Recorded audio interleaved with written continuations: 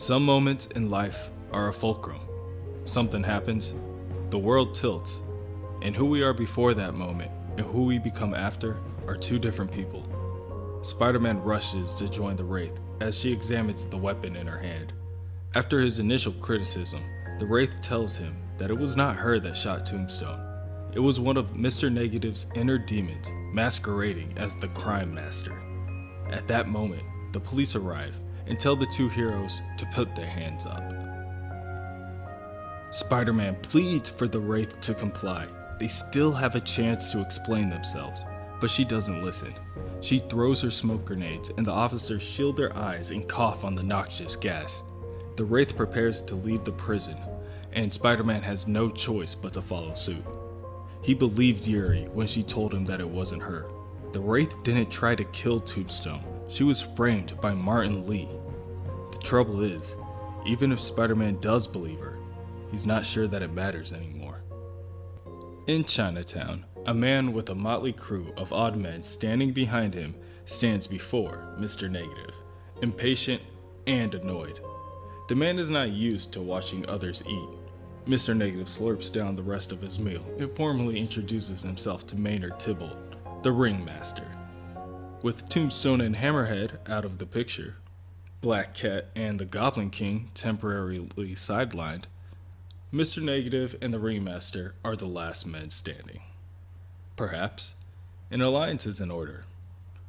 But the Ringmaster tells Mr. Negative that he and his friends don't make alliances. He knows all about Negative's corrupting touch, and he has his own methods of exerting influence.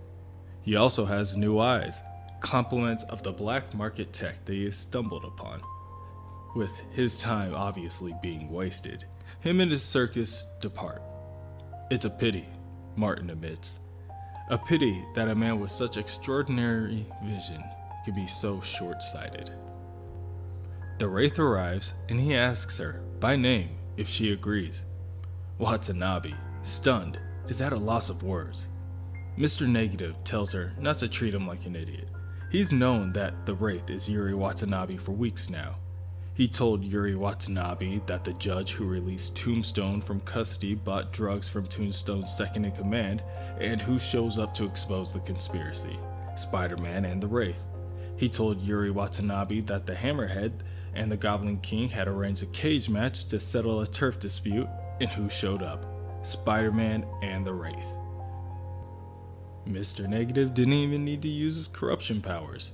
It seems as if corruption runs within the Watanabe blood. The next day, the new chief walks into Yuri's office and tells her that Judge Hal died in prison an hour ago, and this is on her. She ordered Yuri to take it slow with Judge Hal, to be sure to go by the book, but Yuri didn't listen. Yuri's finished in this precinct, the chief tells her. She, at the very least, is able to keep her job, but her career is over. Spider-Man arrives and is determined to let Yuri know what he's been thinking as well. But this time, she isn't going to sit through another lecture. She tells Spider-Man that all she ever tried to do was protect her precinct and take down the bad guys. Spider-Man tells her that that's just what she tells herself, and she isn't doing any favors denying her mistakes that she's made. But she knows what she did, and whatever comes, she'll just have to live with it. It wasn't the reply that Spider-Man wanted to hear. The Yuri Watanabe that he knew was a passionate cop and a reluctant vigilante. This woman, he isn't sure who it is. As the Wraith approaches the convention center, her newest lead from Mr. Negative, Spider-Man shows up. They arrive within the center, and there's already a fight going on between the Circus of Crime and a number of security guards from the convention.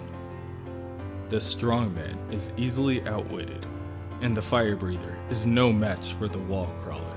The fat lady cannot get her hands on the Wraith in order to squish her. The clown never has a chance to use his air horn, and the acrobatic twins try to outmaneuver Spider-Man, but they are neither as quick nor as agile. The Wraith knows that Spider-Man is enjoying this.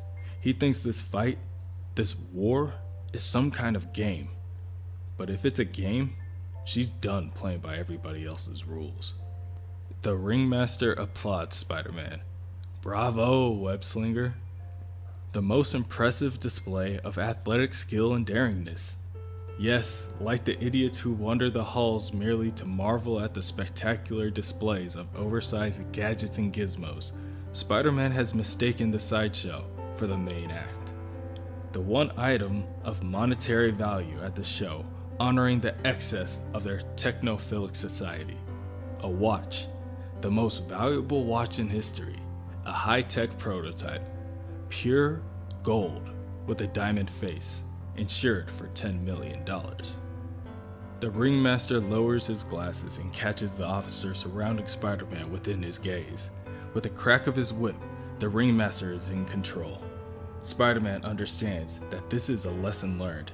Top hats and tails make you look like a joke. People think you're a joke, they drop their guard. And just like that, nobody's laughing anymore. The hypnotized guards attack Spider-Man, and Spider-Man struggles to end the conflict without injuring them. As that is happening, the Wraith finds and chases down the inner demon who is attempting to make it off with the watch. The guards aren't responsible. Spider-Man knows that. They don't have a choice, but he does. He can pick his enemies. He can make the right move. He can do the right thing.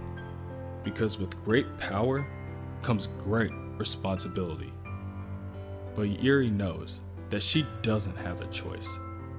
Mr. Negative played her, just like Spider-Man warned her that he would.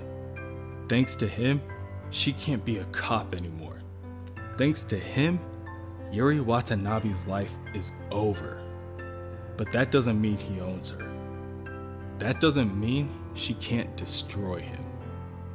Yuri Watanabe is dead, and the Wraith lives.